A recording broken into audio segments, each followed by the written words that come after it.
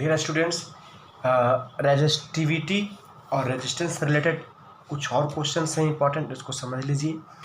Question है आपके पास कि क्वेश्चन है a copper wire has a diameter 0.5 millimetre and resistivity is 1.6 into 10⁻⁻8 ohm metre. तो क्वेश्चन कह रहा है what will be the length of a wire of this wire to make its resistance 10 ohm. ठीक है, तो कहता है कि इससे रेजिस्टेंस 10 ओम लाने के लिए इसके लेंथ को कितना इंक्रीज या फिर डिक्रीज करना होगा। ठीक है, क्या होगा लेंथ, ताकि रेजिस्टेंस हमारा 10 ओम हो जाए। ठीक है, तो यहाँ पर डायमीटर गिवन है। Okay, diameter is what 0.5 millimetre. तो आप इस 0.5 मिलीमीटर को ईजिली आप कन्वर्ट कर सकते हैं मीटर में, क्योंकि ऐसा यूनिट में कन्वर्ट कर लीजिएगा बाबू जब भी फिजिक्स बनाइएगा, तो फिजिक्स का न्यूमेरिकल।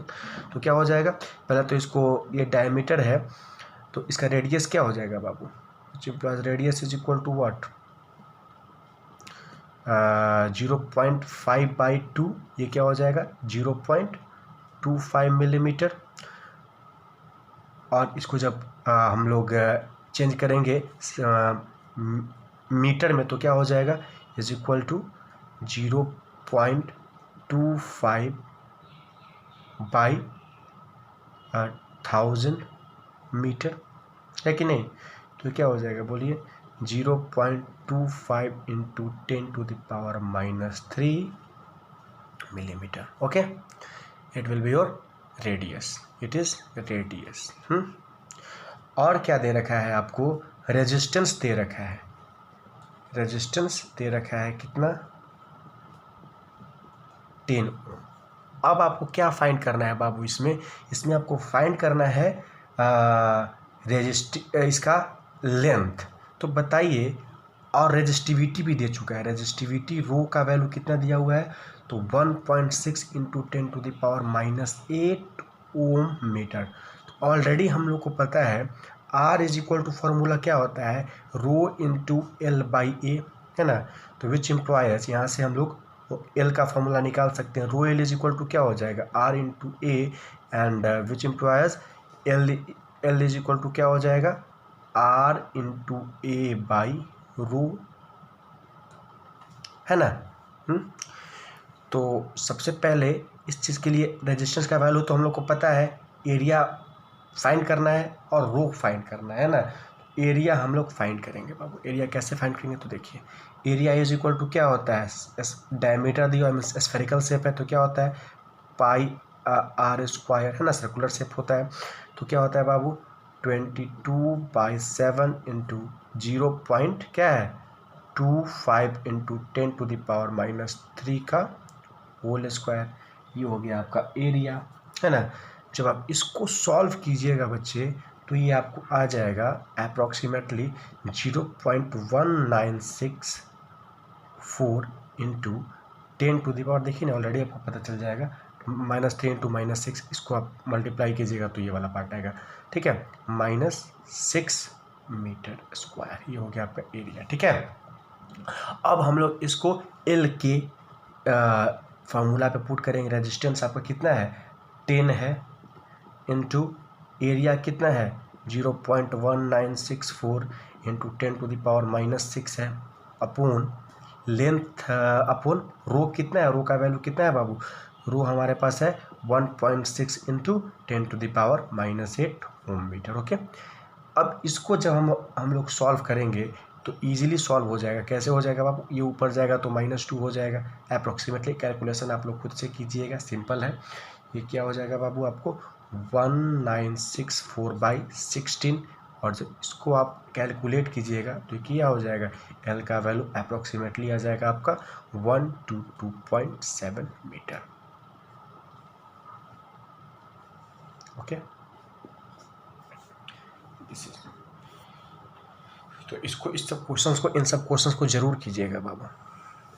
चलिए नेक्स्ट क्वेश्चन, और एक क्वेश्चन इंपॉर्टेंट है रेजिस्टेंस और रेजिस्टिविटी से रिलेटेड, वो है कि यदि क्वेश्चन है अ 6 ohm resistance A 6 ohm resistance wire is doubled up by folding.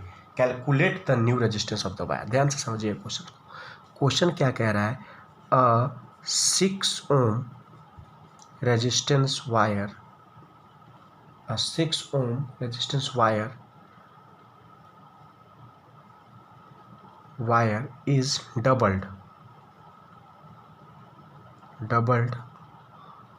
up by folding. Okay, 6 ओम के रेजिस्टेंस को, एक वायर है जिसका रेजिस्टेंस 6 ओम है, उसको फोल्ड करके डबल कर दिया जा रहा है. ठीक है, तो calculate new resistance. Calculate new resistance. ध्यान से समझिएगा बात. तो इसको बहुत ही आसानी से हम लोग समझेंगे. देखिए, R is equal to, solution में ब्लू पेन से कर देता हूँ, ब्लू मार्कर, फिर इसमें ब्लू मार्कर. यस, देखिए R is equal to formula क्या होता है? Rho into L by A, है ना. ये हो गया R. अब बताइए, मान लेते हैं ये फर्स्ट केस का R है, जब हमारा रेजिस्टर लेंथ L था और area of cross section A है, और रेजिस्टेंस क्या है आपके पास? तो 10 ओम है. ठीक है, अब मैं आपको प्रैक्टिकली इस चीज़ को मैं एक्सप्लेन करूँगा.